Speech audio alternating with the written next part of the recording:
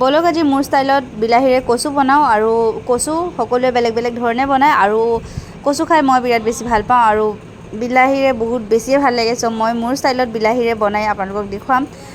এনেকৈ বনাই খাই চাবচোন, বহুত বেছি টেষ্টি হয়। তো বলক এইখিনি অকণমান বাছা কুচা কৰি লওঁ, তাৰপিছত আপোনালোকক লগ পাই আছোঁ। যদিহে মোৰ চেনেলটোত নতুন হয় চেনেলটো ছাবস্ক্ৰাইব কৰি দিব আৰু কাষতে থকা বেল আইকনটো প্ৰেছ কৰি অল কৰি দিব, তেতিয়া মোৰ আহিবলগীয়া ভিডিঅ'সমূহৰ নটিফিকেশ্যন আপোনালোকে পাই থাকিব।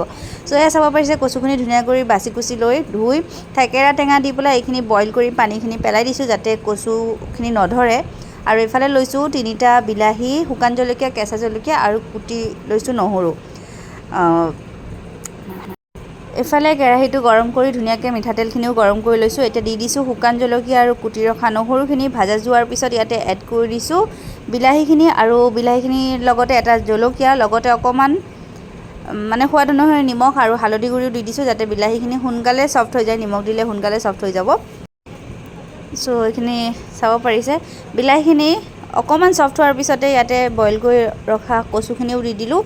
আৰু এতিয়া গেছৰ ফ্লেমটো ল' টু মিডিয়াম জুইত ৰাখে, সেনেকৈ ৰাখি ঢাকনখন দি এইখিনি 15 মিনিটমান মই কচু বিলাহীখিনি একেলগে সিজিব দিলোঁ। আৰু গেছৰ ফ্লেমটো হাই কৰি এয়া মই কচুখিনি 5-6 মিনিটমান ভাজি ল'ম। আৰু এনেদৰে কচু বনালে খাবলৈ বিৰাটেই টেষ্টি হয়। আপোনালোকেও এনেকৈ বনাই খাই চাবচোন, বহুত বেছি টেষ্টি লাগে। বাই।